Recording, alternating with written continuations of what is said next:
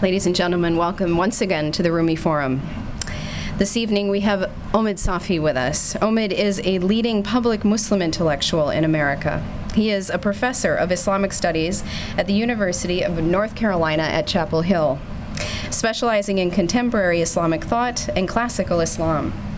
He is the past chair of the study of Islam and the current chair of the Islamic Mysticism Group at the American Academy of Religion, the largest international organization devoted to the academic study of religion. Omid is an award-winning teacher and speaker and was nominated 6 times at the Colgate University for the Professor of the Year Award, and before that, twice at Duke University for the Distinguished Lecturer Award. At the University of North Carolina, he received the award for mentoring minority students in 2009 and the Sitterson Teaching Award for Professor of the Year in April of 2010. He is the editor of the volume Progressive Muslims on Justice, Gender, and Pluralism. His work, Politics of Knowledge in Pre-Modern Islam, dealing with medieval Islamic history and politics, was published by UNC Press in 2006. His last book was published by HarperCollins, titled Memories of Muhammad, and deals with the biography and legacy of the Prophet Muhammad. He has a forthcoming volume from Princeton University Press on the famed mystic Rumi. The Carnegie Foundation recognized Omid as a leading scholar of Islam in 2007 to 2008 for studying contemporary Islamic debates in Iran. That topic will be the topic of his next book from Harvard University Press. His volume on American Islam is forthcoming from Cambridge University Press. He has been among the most frequently sought speakers on Islam in popular media, appearing frequently in the New York Times, Newsweek, Washington Post, PBS, NPR, NBC, CNN, and international media. He has recently been designated as a lead Islam writer for the Huffington Post and the lead Muslim writer for the Religion News Service. Please welcome Omid Safi.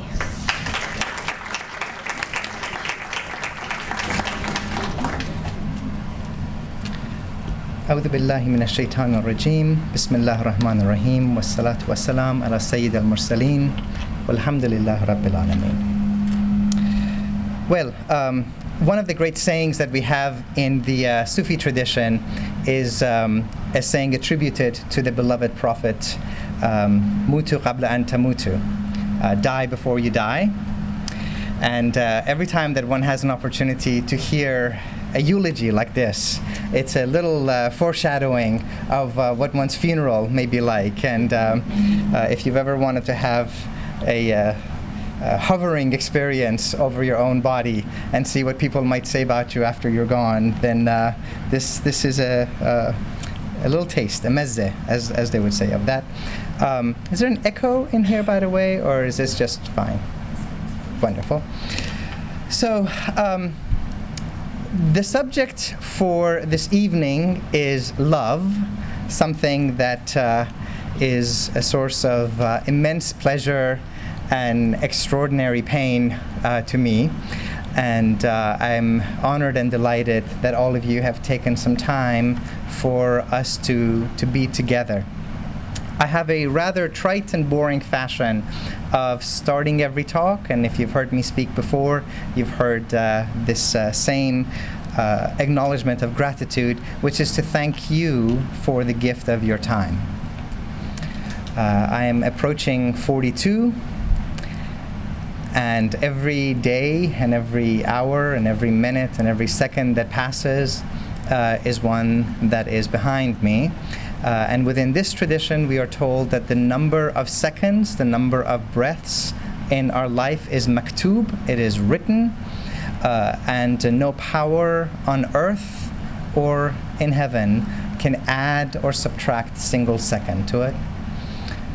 That's an awesome awareness and responsibility whenever you have a group of people come together and you have the opportunity to take an hour or so of their time. So our hope, our prayer indeed, is that this time together would be spent beautifully, inshallah, that it would bring humanity together and ultimately closer to God. So let's begin with time. Let's begin with time, this concept of waqt within the Islamic tradition. This concept is so important that the beloved Prophet has said, I have with my Rabb, with my loving Lord, a moment. I have a moment with my Lord. And the mystics of this particular tradition go so far as to call themselves Ibn al-Waqt, children of the now, children of the present moment. It's a useful chance for us to think about the ways in which so much of our life is spent either in the past, oftentimes a source of great pain and anguish. We return not to the joyous moments, but to the times of trauma. Or we hurl ourselves into the future, into the as of yet unhappened era of anxiety, or even hope for us. We perform this extraordinary torture mechanism, stretching ourselves, ripping ourselves limb to limb, inside ourselves, spiritually, emotionally, psychologically, being everywhere, but in fact where we are. We throw ourselves into the past, we project ourselves into the future, and we deprive our own selves of being here and now. So what I ask of you during this conversation about love is that we try to adhere to that most basic of Sufi advices. Have your heart be where your feet are. Right? It's one of the amazing things about the Sufis is that they put it so concisely. All of us can think about where our feet are at any given moment and have our heart, our consciousness, our awareness be present. And if I could maybe ask Jenna to have some water be where my feet are, that would be also quite extraordinary as well. Yes, that water is desiring union with me and I with it, to the point that no longer would you be able to tell where the water is and where Omid is, but there will be just one satisfied creature left. There's a great line of Rumi, actually, which Garth Brooks stole some years later, that we're all standing knee-deep in the water and dying of thirst. And this is actually our spiritual condition. We run around spiritually hungry, wondering where to find God. Why it is that our prayers echo off of the wall, where in fact we are that fish in the water to whom water itself is invisible. And the only way that that fish or us could ever possibly realize just how thoroughly immersed we are in God's presence, in that divine rahmah, would be, if it were possible, to be taken out of the presence of God, but for a nanosecond. Thank you. So, words have a way in this day and age of losing some of their value. We talk about ideas and concepts that no longer seem to mean what they originally perhaps meant, and love is one of them. We talk about, I love chocolate, I love that TV show, I love my puppy. Actually, some people really do love their puppies in that fullness of the term. And on the little tiny airplane that I took to come up here today, there was a magazine that had not one but two articles. Are you too busy to find love? Let us find love for you. And it was an ad for some entity called It's Only Lunch, or something like that. I don't know. Right. So love apparently is missing, and every time I turn on the radio, if it's a good song, it's a Beatles tune or something, All You Need Is Love, and if it's a crappy song, it's I Want to Love You Like a Love Song, or some monstrous thing like that. So everybody's talking about love, But I want to be very clear and also give an opportunity to the people for whom this is in fact not what they were hoping to hear, to walk out at this precise moment, that the love that we're speaking of here this evening is and is not mere sentimentality. It's not merely feeling. It's not Valentine's Day. It's not just warm and mushiness. Although as a warm and mushy person, I would of course want to affirm the sanctity of that experience as well. When we speak about love within this Islamic context, we're speaking of nothing short than the very being of God. When we speak of love, we're speaking of the cause of creation. We're speaking of this cosmic current of love and mercy that unleashes itself out of the divine and forces this realm of existence, each and every single one of us, to come into being. When we speak about love, we speak about this ocean that is God, is from God, and is flowing back to God. It's not just folks on Disney radio that have the phenomenal ability to take the word love and deprive it of its meanings. We Muslims are also extraordinarily blessed with this. So we have these fantastic, beautiful, significant sayings. Inna lillah wa inna ilayhi raji'un. We are God's.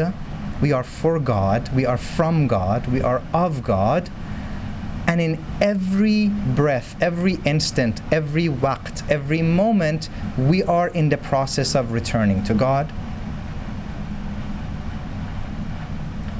In one statement, we hear the cosmic answer to where we come from, what we're here to do, and where we're heading. And yet, we as Muslims have taken that statement and relegated it to one brief moment of one's life. The minute that the news is brought to one of us of the passing away of a loved one. Inna lillahi wa inna ilayhi raji'un. It's okay, we come from God and we're going back to God. That person just went back to God. No. That one moment is but one moment, and the rest of the moments are also. We are from God, we are in this cosmic channel of love, and we are going back to love. So we have a lot of work to do to redeem and to recover the fullness of this. And part of that challenge is to begin to realize that there's good news and there's hard news. The good news is that this love, properly understood as an emanation from God, as the cause of creation, is delivering us back to God. And not the bad news, but the hard news is that it's insufficient to hear yet another preacher talk to you about loving God. Loving God is easy. God made you, sustains you, provides you. As the great Ibn Arabi says, God protects you as if God is carrying you inside God's own womb.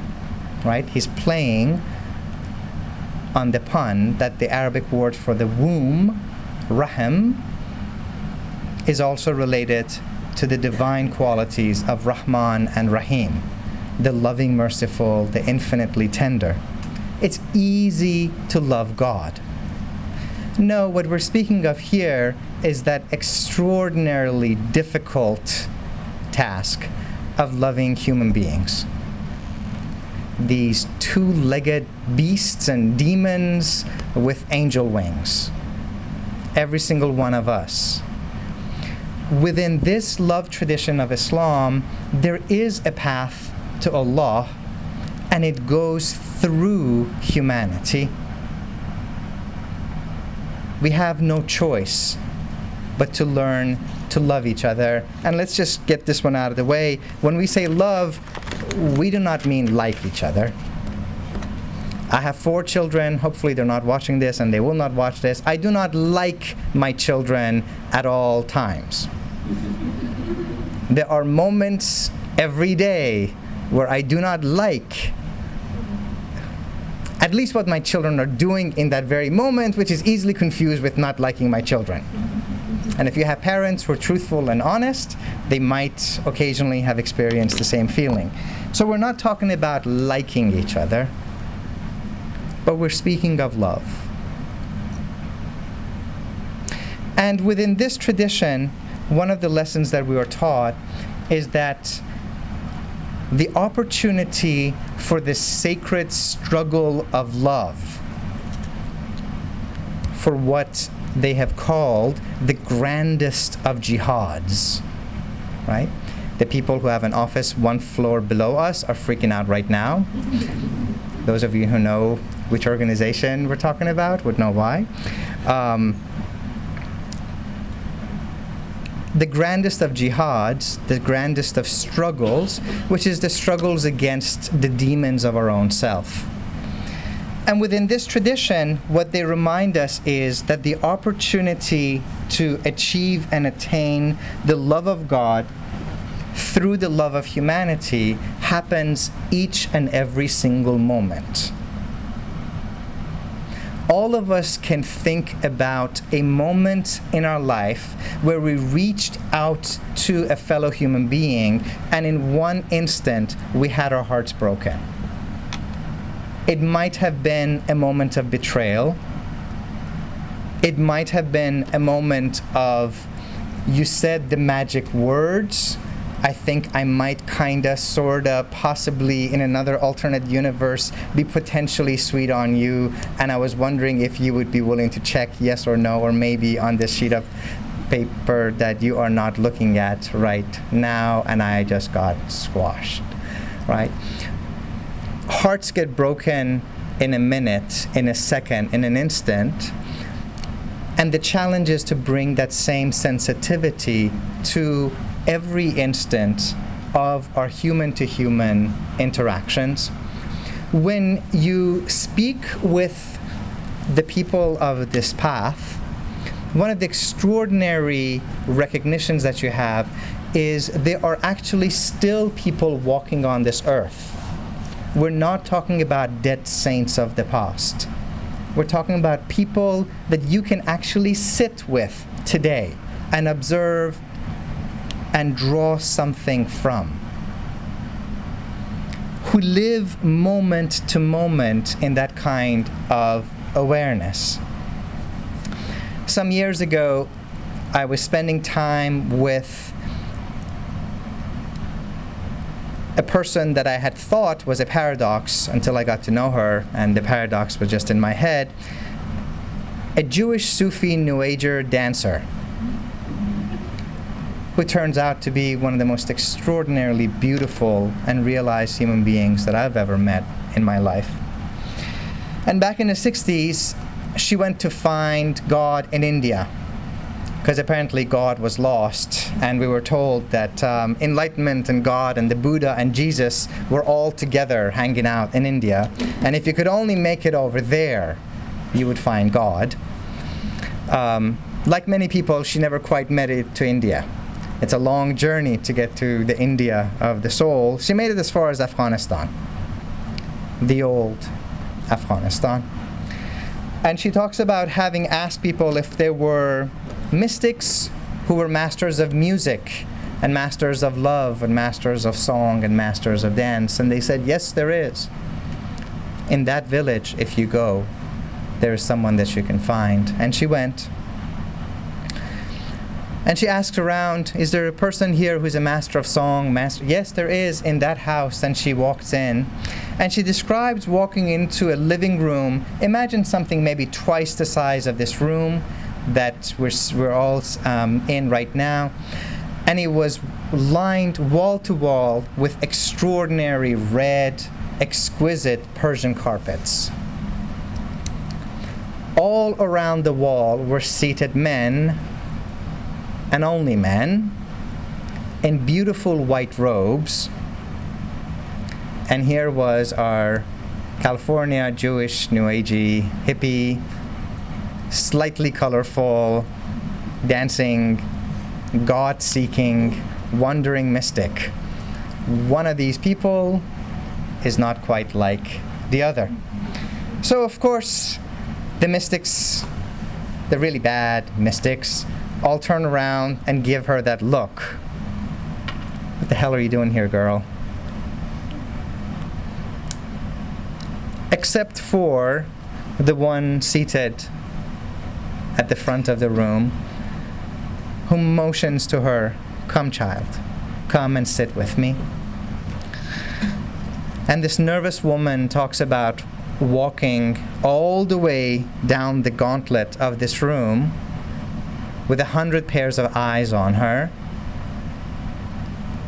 and sitting next to this man whose name she doesn't know, but whom she likes, because there's no judgment. There's only acceptance. And the man, Sheikh Hashim, motions for chai, for tea, to be brought, and immediately, like miracle, the chaiwalas appear with large trays of chai going around. And he offers her a cup of chai, sweetens it for her, stirs it up. If you've traveled in this part of the world, you've seen the custom where, contrary to our American sense of, thank you very much, I know exactly how I like my sweet tea, right? No, each person sweetens the chai of the person next to them, and then on, so that if heaven forbid, on that day, God's grace should run out, and one person should be left with unsweetened tea, let it be me. Let my neighbor have sweet tea. Tea and chai as God intends for people to drink, right? So each person has sweetened chai, and this woman picks up her cup with 100 pairs of eyes on her, and she is as nervous as can possibly be, and her hands are trembling, and as she goes to drink, the cup spills out, and red sweetened chai spills all over exquisite red Persian carpet. And 100 bad Sufis collectively go,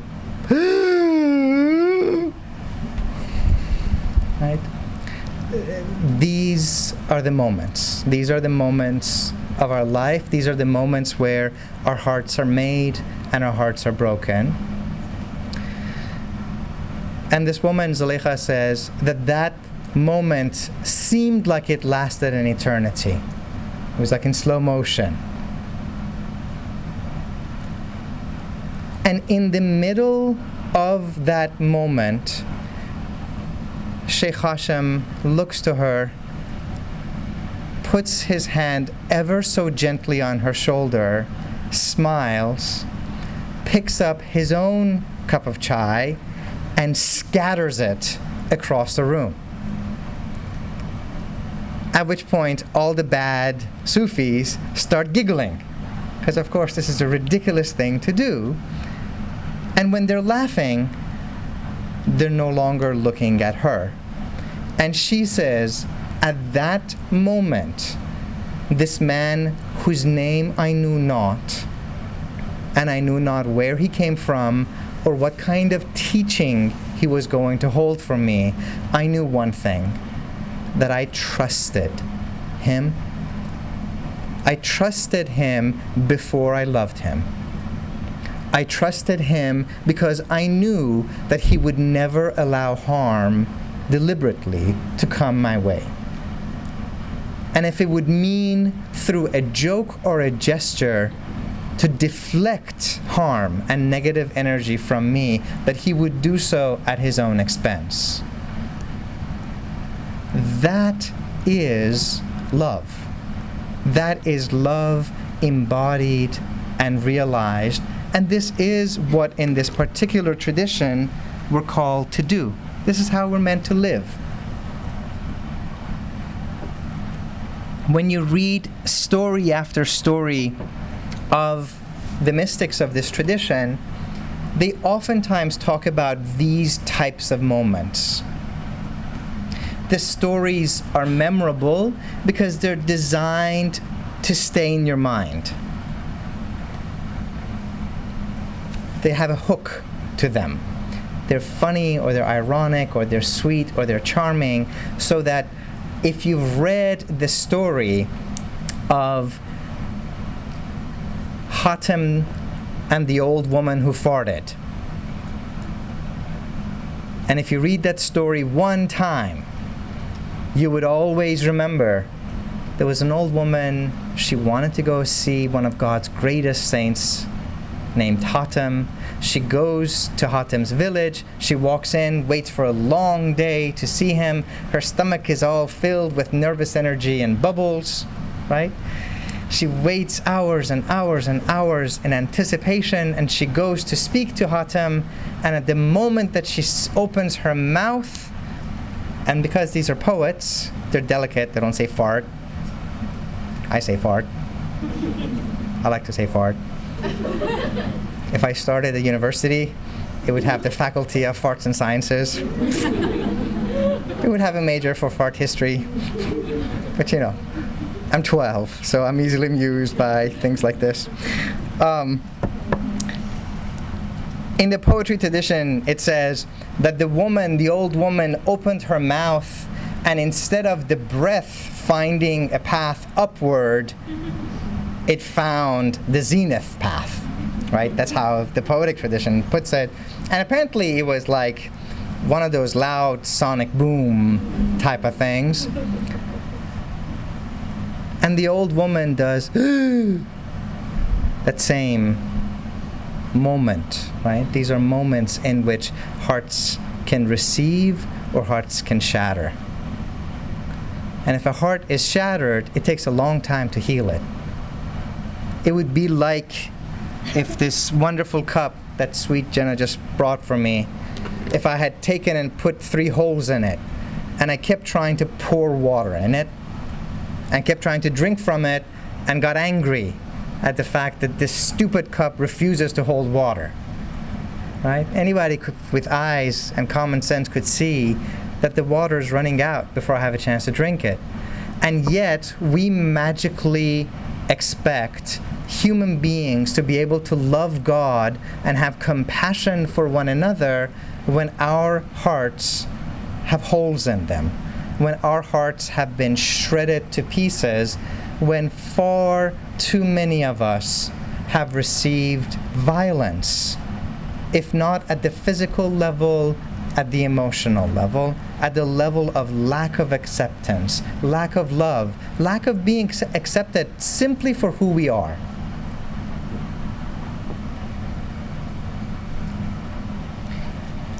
When this great saint Hatem sees the old woman fart, instinctively, immediately, what he does is to put his hand to his ear, and he says, "Excuse me, dear, if you want me to hear anything you have to say, you're going to have to shout. I'm practically deaf." And she does this. Maybe he didn't hear. Maybe I'm safe. Maybe I'm okay. Maybe I can breathe again. I haven't breathed in a few minutes. And when she breathes, then she has a chance to open up, and she has a chance to receive. That night, Hatem goes to bed and he says, "Well, this is a kind woman. She's told me that she likes my teaching so much that she's gonna stick around here. If tomorrow, or the tomorrow after tomorrow, or the week after tomorrow, she comes and she sees that in fact I hear just fine, she's gonna get her heart broken then." So for the rest of his life, Hatem goes around pretending to be deaf. To this day, if you want to look Hatem up in the Sufi dictionaries, it's not Hatem the son of whoever, it's Hatem the deaf. That's how he's listed. this is how we're meant to live, not to go around pretending to be deaf. We already have way too many people in our communities who are deaf. They don't hear our silent, broken cries. But people who are willing to put the tender hearts of other human beings ahead of our own ego.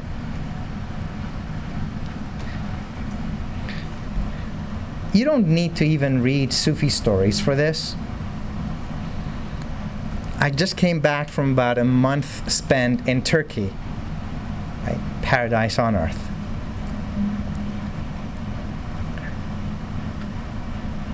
And so I come back to a stack of magazines, depressing news. Like a silly man, I flip through them. There's one interview that Time magazine had done with a woman that they call the naturalist. She helps animals get rehabilitated back into the wild, right? Animals that have spent most of their life in captivity.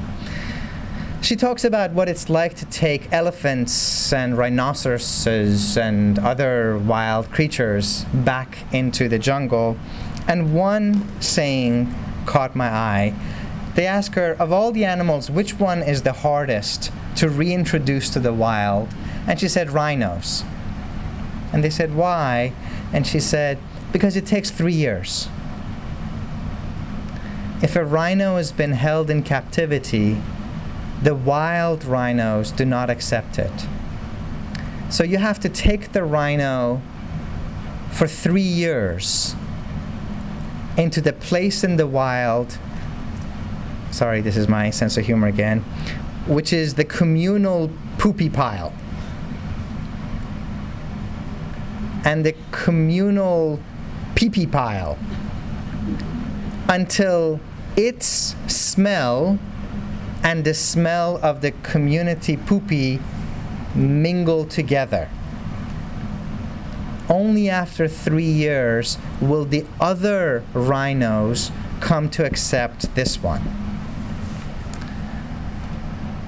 And as God is my witness, no sooner had I read this than I started to think about our community, my community. We don't have rhinos being integrated into our community, but you know what we have? We have converts. And we've got that group of people, including myself from many decades ago, born-again Muslims. People whose parents maybe didn't particularly practice, but they decided at some point that they wanted to have a loving relationship with their Maker. Right? What do we do when somebody converts? Assalamu alaikum, welcome. Here's a long list of everything you got to do. And if I see a strand of hair, may God have mercy on you. If it's a rhino, it takes 3 years of walking around poopy piles. 3 years. All I'm asking, let's show the same adab, the same courtesy to ourselves, human beings who decide to be on God's path. This is not such an unheard of notion. Time magazine can talk with the naturalist. We can look at the example of Rahmatun lil Alameen, the mercy to all the creation, the Prophet. What does the Prophet do before he introduces legal obligations? There's at least one person in the audience that I said this would be very different than law school, but here's a bit of law. The Prophet waits 13 years before introducing the law to people. For the first 13 years, there is suhbah, there's fellowship, there's companionship, there's love, there's mercy. Do you know why they're called the Sahaba? Why they're called the fellows? Why they're called the companions of the Prophet? Because they benefit from 13 years of fellowship. And that's in the presence of the one for whose sake the entire cosmos is created. But not us. All we need is to have somebody come to the Islamic Center of Washington or the Islamic Center of North Carolina, and they're like, I'm kind of, sort of, maybe, possibly, potentially interested in maybe someday being Muslim. Assalamu alaikum, Habibi. So welcome that you're here. Here's a long list of do's and do nots. Right? Let them walk around for a few years. Don't show them your poopy pile. Show them your love pile. Show them fellowship, show them love, show them mercy. Show them something that actually reminds people of the experience of the Prophet. What does this have to do with love? Within those private conversations between Allah and the Prophet, what we refer to as the Hadith Qudsi tradition, the sacred traditions of the Prophet, these are statements by God put into the words of the Prophet.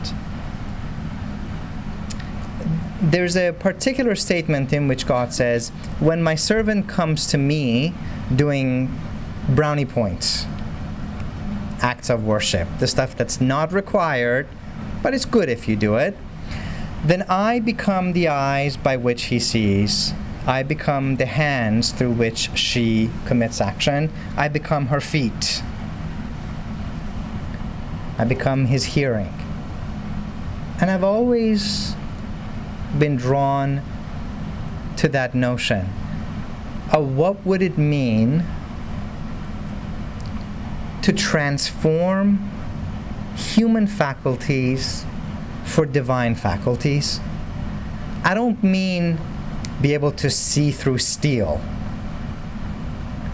What I simply mean is, at a human level, what would it mean for us to be able to look at each other the way that God would look at us?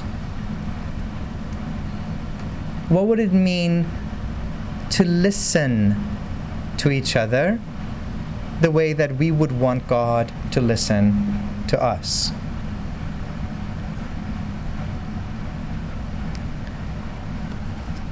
And we are capable of this. But because we're human, and humans are forgetful, we forget. But there's still times and moments in our lives where we get a taste of this. And the taste starts at the beginning. As soon as a baby's born, and its mother is holding it, baby's eyes are designed by God to focus at a distance of an arm length. Before that, in my case, we're just little medium brown splatches to them. But at that distance, things come into focus. If you've ever seen a baby look at its mother, sometimes its father, but usually the mother, the baby doesn't turn away. The baby keeps the glance going with its mother. You want to see how much we've forgotten? Try this. Turn to the person next to you and just look into their eyes and don't turn away. Try this. It's okay. Don't touch. Don't touch. Just look.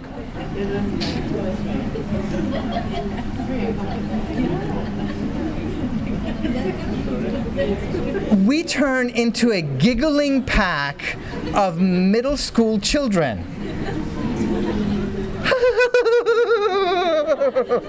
Right? It's like this uncomfortable intimacy just to have looked into somebody's eyes. You weren't born this way. You were born to have an uninterrupted glance of love. That glance, the baby's glance, is God's glance. The glance that doesn't turn away. And if you know your Quran, tell me, where else do you see this? Where in the Quran do you hear of one being looking at another being without wavering, without turning away?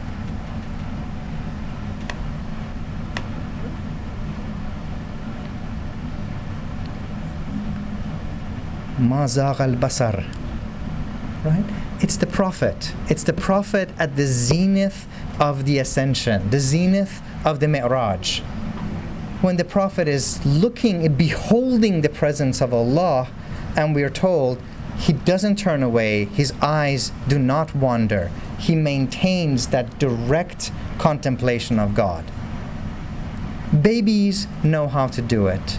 The realized human beings, the complete human beings, know how to do it. The rest of our life, we get a little taste of it. When people first fall head over heels in love, in that unrealistic, drug-induced phase, which doesn't last, but oh, by God, it's so sweet. For a few brief weeks, you see lovers and beloveds be able to look at each other and neither one turns away. You remember who you are. You remember how we're supposed to look at each other. And occasionally you see this within the context of spiritual communities, where guides and their students look at each other in that sense.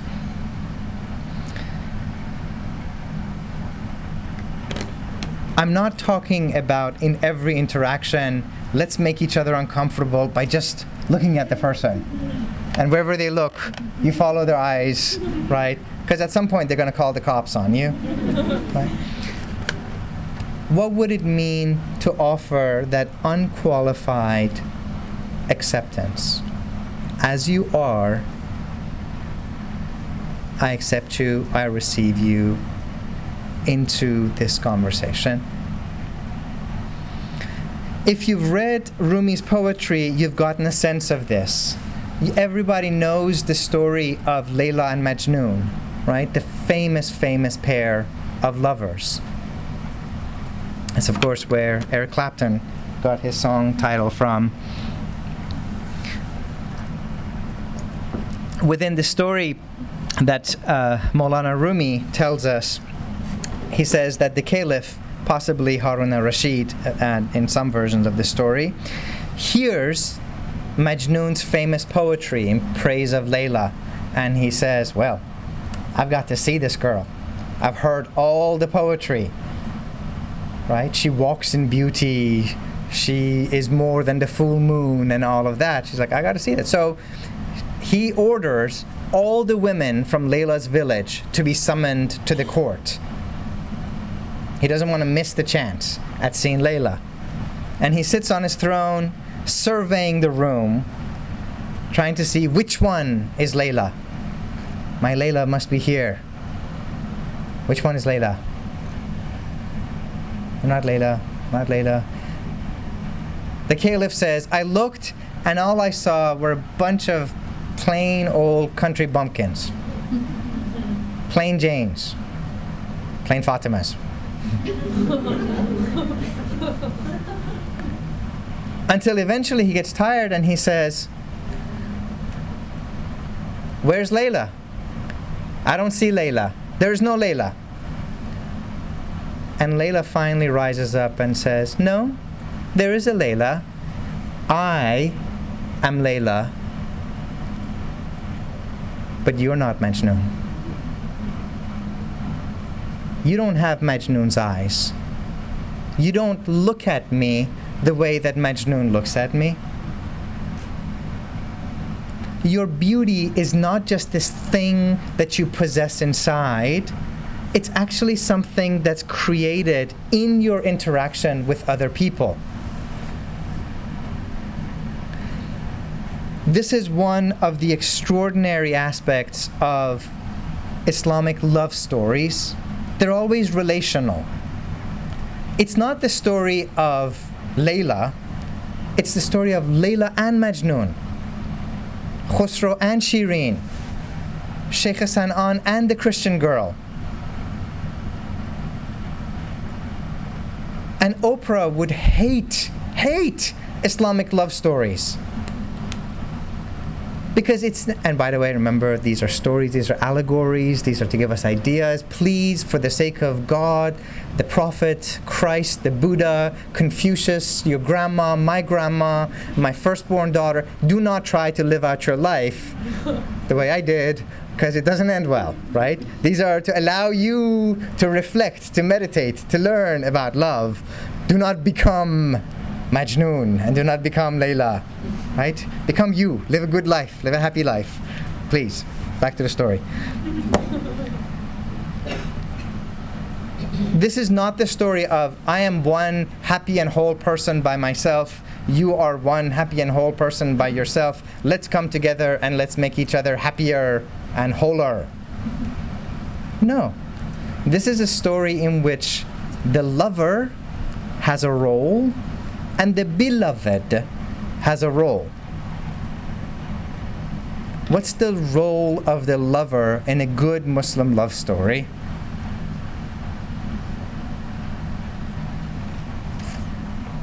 Niyaz. Niyaz. To confess your undying, eternal, absolute need. It starts with, without you, I don't breathe well. And it just gets better after that. If you're used to Hollywood movies, after they both like dance around in the rain and Tom Cruise runs away kind of slowly for some reason, which only Tom Cruise understands, at some point eventually the girl says, honey, I am so glad you said that because I've been feeling that same way about. No, not in Islamic love stories. If the lover confesses his, and it's usually his in the beginning, undying eternal dependence on the beloved retaliates with naz. Naz. Ever wonder why in Indian culture, Persian culture, Turkish culture, we got all these names? Shahnaz, Mahnaz, Farnaz, Farahnaz, Naznaz. It just goes on. What's Naz? Naz is playing coy, hard to get, even cruel. You old man, confessing your eternal, undying love for me, not breathing well, and all that. Why would I want to give you the time of day when just look out my door? There's a long queue of wannabes. Every one of them richer, more handsome. They're doctor, light-skinned South Indian. No, from the right UP family, Shame on us. Look out my door. Look at all the lovers that I could have. But don't go. Stay and burn a little more. Burn a little more. You're not done cooking just yet. I like you in fire. You taste good to me. Crispy. Now, if it just stayed like that, that wouldn't be a love story. That would be a masochistic nightmare that some of us have lived 7 times and yet live again to tell about it. To make it a good love story, what has to happen?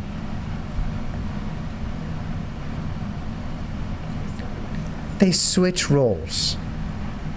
They switch roles. The one that was the lover becomes the beloved. The one that was the beloved becomes the lover, and again and again and again. Right? It's that old 60s hippie song, I've seen love from both sides now.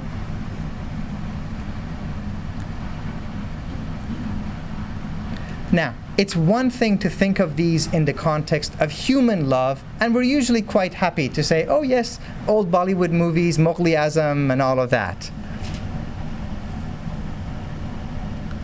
What if you take what we just talked about, Naz and Niyaz, complete dependence and plain hard to get, and then you switch roles, and you realize that when they're talking about this love, which starts in the human realm, where does it end up? Where does love come from? God. What would it mean to take the story of the lover and the beloved not only as the story of Khusro and Shireen, not only as the story of Layla and Majnun, but also take it as the story of humanity and God? What would it mean if you look at the story of humanity and God not just as the story of Lord and servant, but also as the story of lover and beloved? This is the bold claim of the Islamic love tradition. This is what the mystics of this tradition say in a way that they're not speaking theologically, right? Let the theologians chill. They're speaking poetically. This is why Shams Tabrizi, Rumi's everything, Rumi's all, is able to begin his story by saying, one night I marched into the court of God and I proclaimed to all the angels, I bring with me the one thing that God lacks. And the angels are like, what you talking about, man? It's God, Lord of heaven and earth. God is, nope, I insist, by he in whose hand is my soul, I bring to this gathering something that that one is missing. And I will divulge it, but only if you let me to the front of the line. And they're like, really and truly? He's like, wallahi. Okay. So they let him to the front of the line, and at that point, where he wants to be, direct beholding of God, Shams says, my Lord and my God, I bring to you the one thing that you lack. Complete and total dependence. Now that I am here, we are complete. Right? This is the boldness of this love tradition. It's a reminder, it's an emphatic reminder that you and me and us being here, we are not accidents. We are not just these specks of dust whirling around the universe. We didn't just toss around for billions of years and accidentally come together and voila, there you have human beings. No, you being here is a required part of God's plan. You and I are no cosmic oopsies. And what cosmic plan? According to the Islamic tradition, God says, Kuntu kenzan makhfiyan. I was a hidden treasure. I couldn't stand it. Here I was, complete and total awesomeness, with no one to know me. So I created humanity, فَأَحْبَبْتُ أَنْ أُعْرَفَ, and I love to be known. I was bursting to be known. So I created you to know me. And you have to think about this one carefully, because they don't want to say God has needs, right? Because that's just boring. Then you end up with like a pitiful God. And if there's one thing that's worse than no God, it's a pitiful God.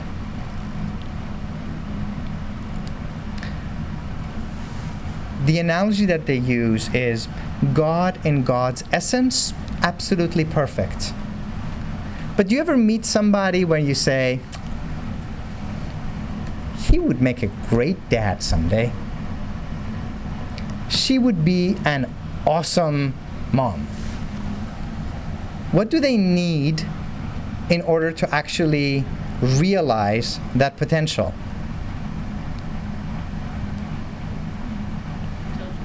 Baby. We need babies. right? When the baby comes, then that quality that you could see in potential becomes realized. And the mystics say, this is what we do for God. Right after you get past Bismillah ar-Rahman ar-Rahim, what's the next thing you hear about God? Alhamdulillahi Rabbil Alameen. 5 minutes. Oh, okay. I thought that was the... Huh? Okay. Praise be to God, the Lord of all the universes. Not just this universe, universes. Well, look, how can God be the Rabb, be the cherishing, loving, sustaining Lord, if there's no Marbub, if there's no lorded over one? You and I have to be in order for Allah to be able to be Lord. Your lives matter. Our lives matter. You are important not only to your parents, not only to your friends, not only to your loved ones, not only to the cosmos, not only to the universe says. You matter to the unfoldment of divine potential. That's why your time matters. That's why your life and my life matters. That's why there's a lot of expressions why we should never use, and killing time should be one of them. Don't kill time. Cherish time. Realize time. If you have to, sleep. Sleep is good. Your body has rights over you, and sleep is one of them. But figure out how to make this life and this time important.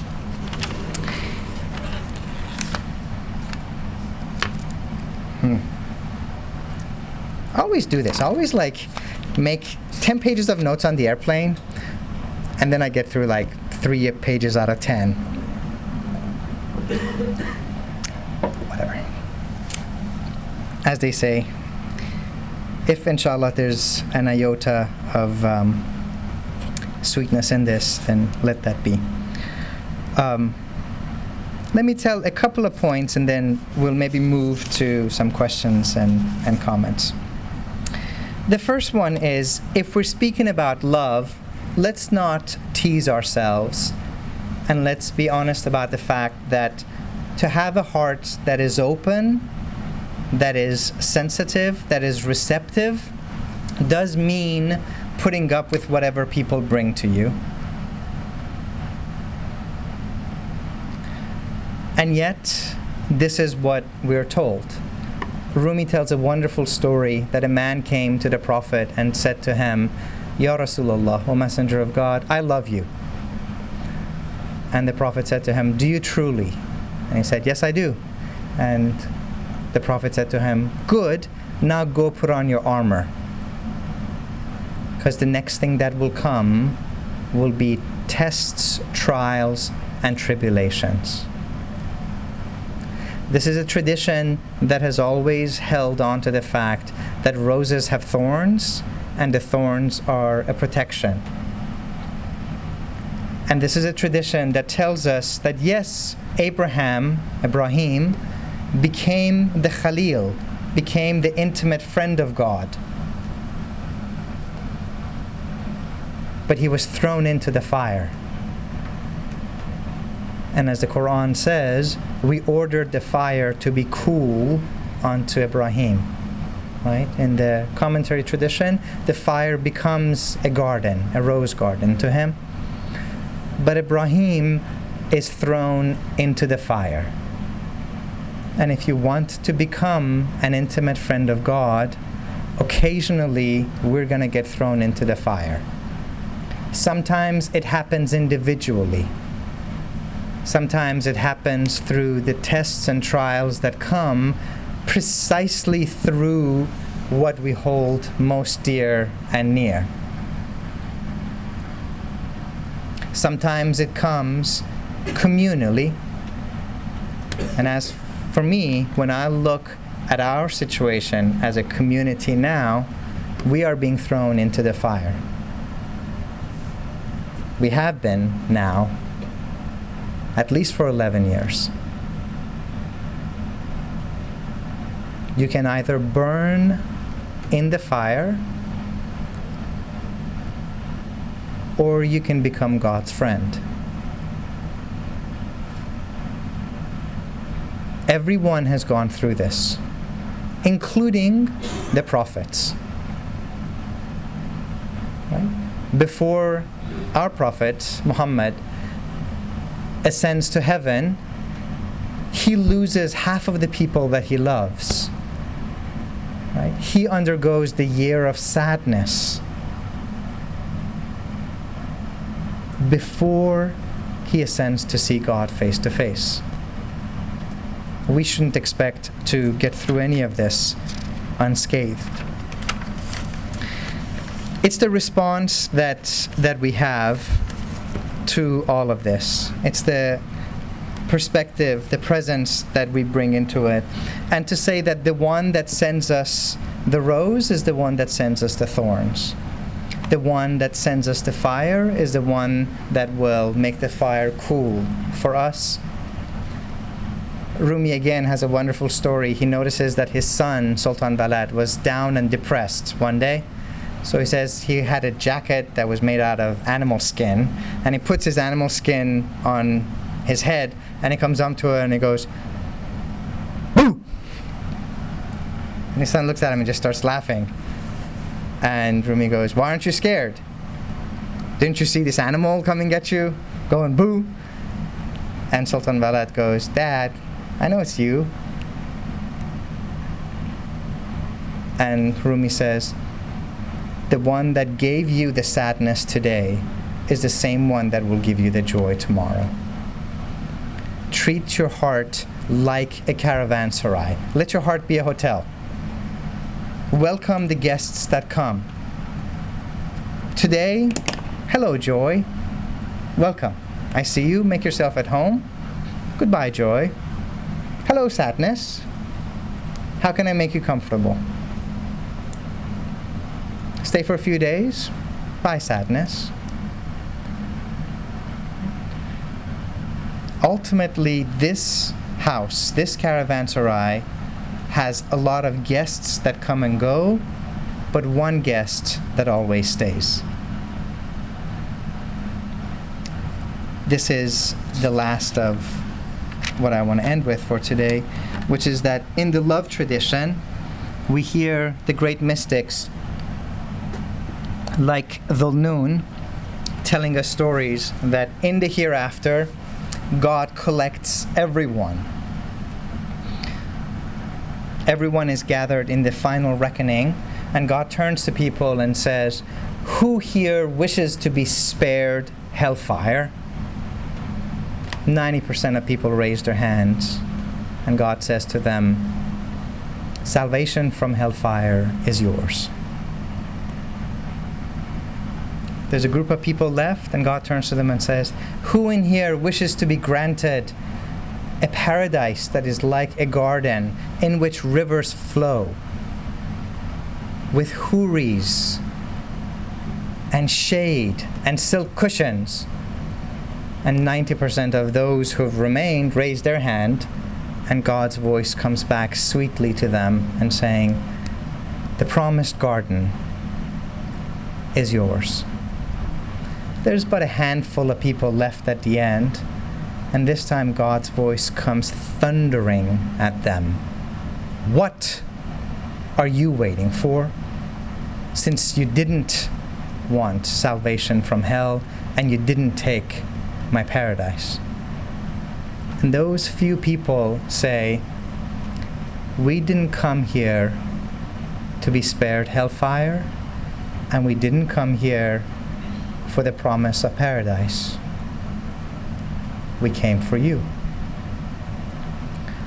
And God's voice comes to them, "In that case, I am yours."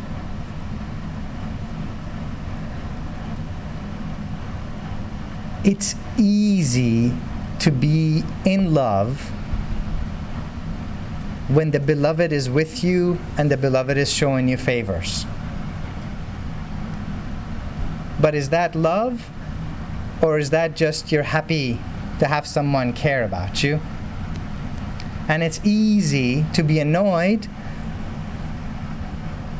when you're with something that rhymes with a witch, but is not quite a witch.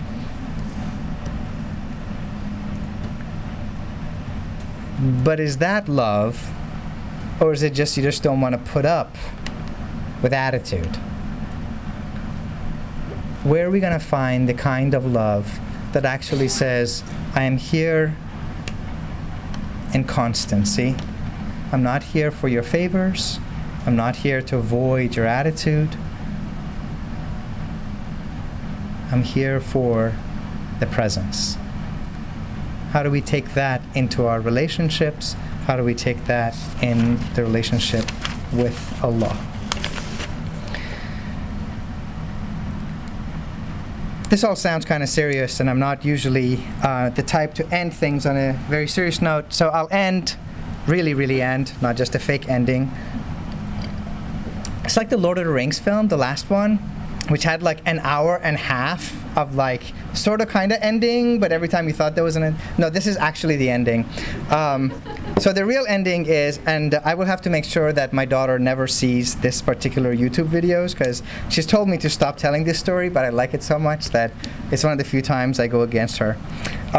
So I want to tell you the story of my daughter Roya, who is my perfect love in this world. She's 11 years old. She's the love of my life. And she has a frightening amount of power over me, which sadly she knows. She's known it since the very first second that I held her in my arms. And I knew love like I had never known before, and I knew fear like I had never known before. Because before that I was like, what can they do to me? What can anybody do to me? They want to kill me, I will be with Allah. I am already with Allah. I am fearless. Then I had her. And I was like, oh Lord, this is like my kryptonite. If like a hair goes missing, I would weep. I never knew that love actually has built into it that much concern. So when she was born, I called her Love Perfected and Whole. Right, there's a great room, Love Perfected and Whole, you arrive. And I shared that news with all of my friends. And for the first, any of you that have had babies, breastfed babies, you know this. For the first 6 weeks of babies' lives, their poop doesn't stink. And at least in my case, it was golden poop. Now, I didn't know that. I just thought it was her. I thought it was love. I thought she was a miracle. I mean, she's a miracle. So for the first 6 weeks, I was like, every time, every diaper change, MashaAllah, Subhanallah, gold nuggets of unstinky poop. Right? After 6 weeks, when I could no longer return her, because I already loved her, the gold nuggets of poop went away, and this other kind of poop came in. This poop we call Roya poop. Roya poop was runny.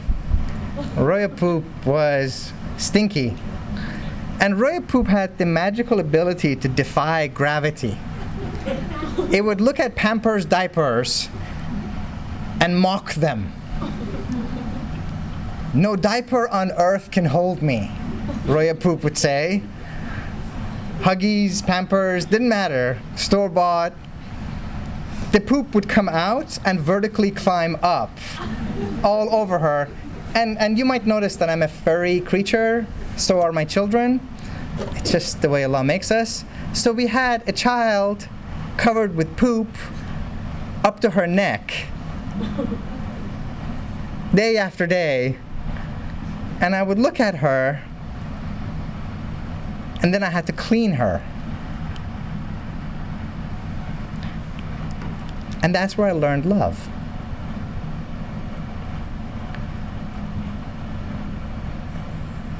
It was gross. We're not talking about like. I don't like roya poop. But I love my child. Real love kicks in when our love for a fellow human being transcends, overcomes, wraps around whatever it is that we dislike about them. In that moment, we become just a little itty-bitty tiny bit closer to God. Because this is what God has to do with us in every single breath. The poop of our existence, every cruel thought, cruel word, cruel touch, cruel action, intention, is enveloped in that bit of divine mercy. My own hope for us as a community, as a people, regardless of faith tradition or no faith tradition, is that we can extend that kind of love to each other. Not tolerating each other, not being nice to each other, not just trying to have citizenship. No, actually have a human community that is based on that divine imperative of love. I said I would stop, and I would stop. And I would be delighted to take any comments or questions. No one's required to stay.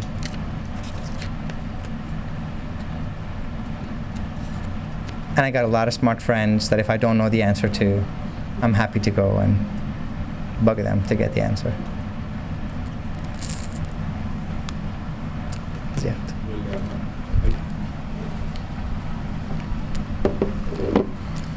Thank you. My name is Ziad. I guess the silence which you confronted after your talk was quite natural. The love was flowing both ways, I guess. Give that time. So let me break that silence. And you spoke, as usual, very eloquently, and about many facets, and I think took us that little itty-bitty way towards God, I hope. Inshallah.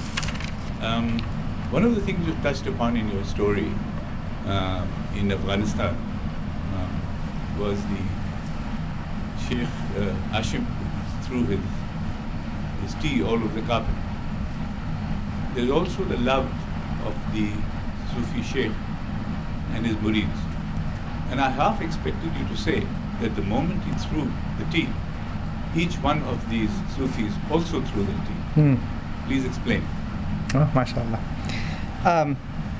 It would have been lovely if every one of the Sufis had also thrown their cup of chai.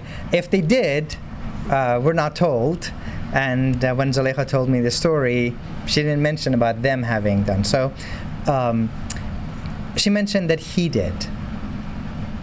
He did. And that his action is what made an impact on her. She was very clear about the fact that her relationship, spiritual relationship, was with the teacher. It wasn't immediate connection to the whole community. That would take years and years and years to develop. But as you know, and you probably remember much better than I do, this is one of the lessons that within the Sufi tradition we're always told. You don't judge a tradition and you don't judge a teacher by the people who are in the community, right? Oftentimes they are there because they need to be there. They are the ones who are most desperately in need of these teachings. That's why when we go to visit Maulana Rumi's Turbat, his shrine in Konya, the museum for the secular Turkish authorities. They can call it what they want. When we go to the shrine of Maulana, there's the poem that is inscribed on top of the turban. And we see the same poem when we go to Ajmer Sharif for Muinuddin Chishti. And the poem that's inscribed states, Ka'batul Ushaq bashad in maqam, har ke naqis amad inja shud tamam. This place is like a Kaaba for the lovers. Everybody comes here naqis, incomplete, broken down. Inshallah, everybody leaves whole, right? So you come because you are broken. You come because you're incomplete. You don't come because you're already whole. This was, again, what Maulana Rumi already told us, that when the king said of his own followers that they have terrible adab, terrible manners, he said, of course they do. That's why I took them on. If they were beautiful, if they were already beautiful, I would have become their murid. This is the story of humanity. This is the story of the Prophet. This is the story of the Quran.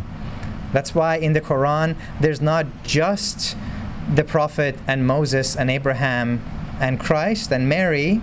There's also the Pharaoh, and there's also Abu Jahl. Because everything that's in the Quran is also right here. And when we read the Quran, when we read any scripture, part of the goal is to find out where is that part of us that corresponds. Where is the Moses of your soul? Where is the Abraham of your soul? If Abraham broke the idols, which idols are you breaking? And then there is the part of each one of us that cries out like the Pharaoh did, I am the Lord on high.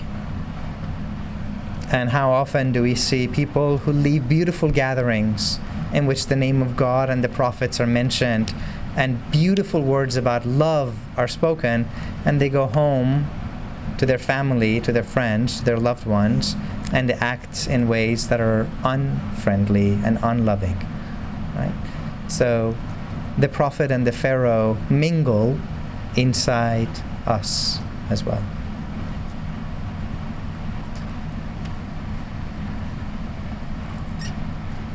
Yes, in the back. Oh, actually, right there first, and then in the back. Pardon me.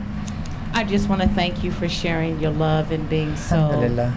transparent with what you were sharing today. Alhamdulillah, alhamdulillah. Thank The you. credit goes to my teachers and my parents above everyone else, and to everyone that has inspired them. It's not like I have a choice in the matter either. So. Yes, sir, in the back. I think you had your hand up.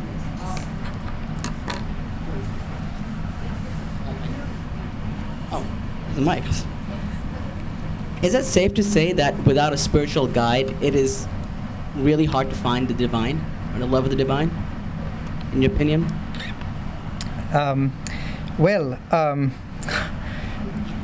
That's a Sorry. if it's- That's a great question. I'm tempted to speak in analogies and to say, if I were in need of heart surgery, I would hope that you wouldn't go down to your local bookstore and just buy the Complete Idiot's Guide on how to perform a heart surgery, or everything you always wanted to know about heart surgery but were afraid to ask. Read it cover to cover. Actually, today nobody reads books anymore. That you wouldn't download a podcast on this is how you do heart surgery and then say, here, I got a knife and I got this thing, whatever this thing is, and with this I'm going to cut you open.